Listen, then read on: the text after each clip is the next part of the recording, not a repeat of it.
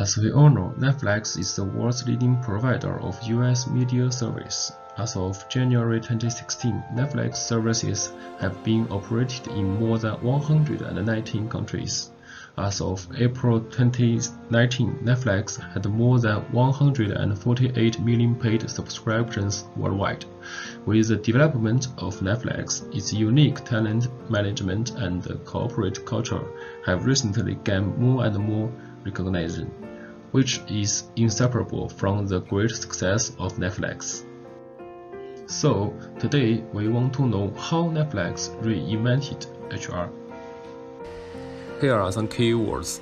At the heart of Netflix talent management is freedom and responsibility. As a Netflix employee, while enjoying a high degree of freedom of work, it will also bear a huge responsibility. In order to maximize the power of company's human resources, its leadership follows the following principles when conducting human resources management.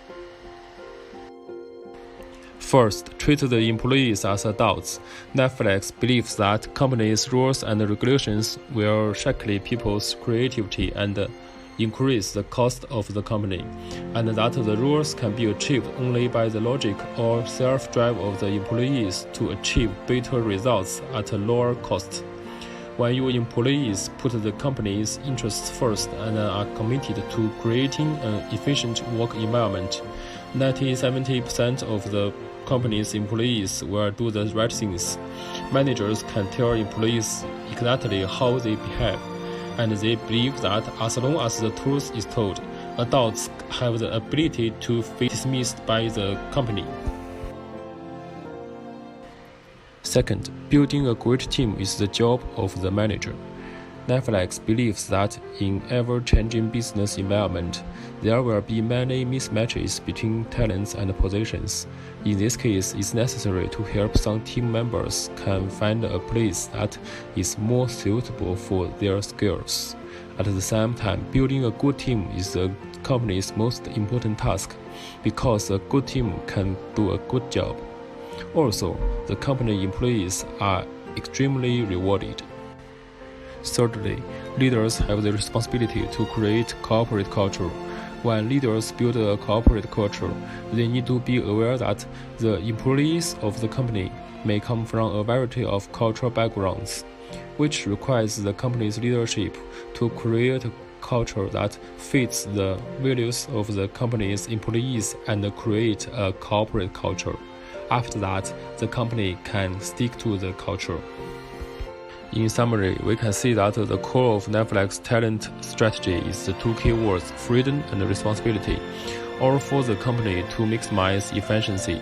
Although Netflix has reinvented the HR, but this special method of human resources management is not necessarily applicable to other organizations. Here we compare Netflix with Chinese civil servants and internet companies represented by Google.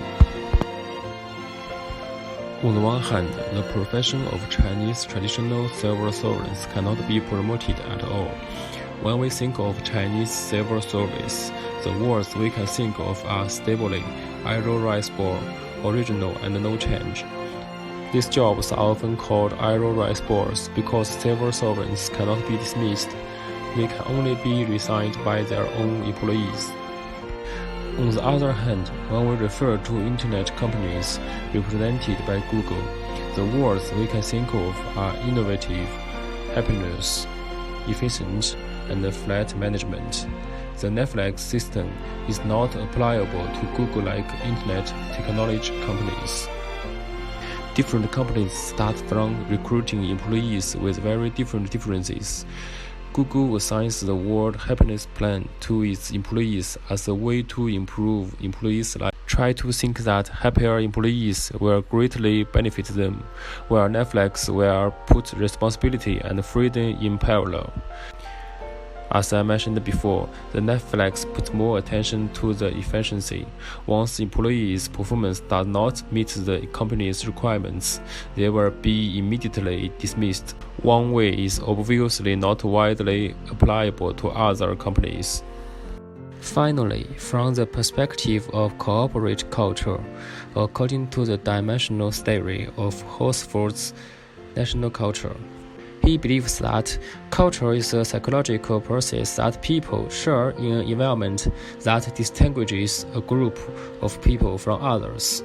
Through research, he summarizes the differences between different cultures into 6 basic dimensions of cultural values.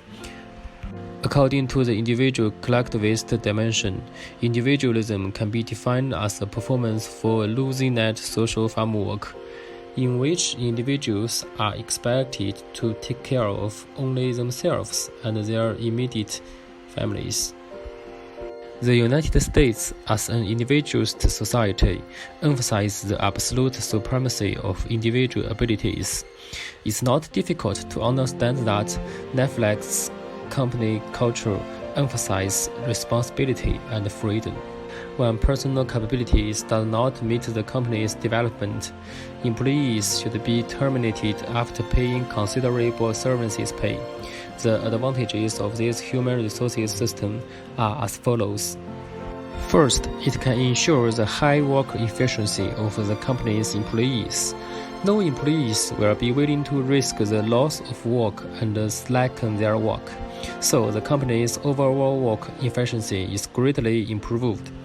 Second, such a human resources management system helps the company to establish a positive company culture, which can take care of employees of different ethnicities and cultural backgrounds.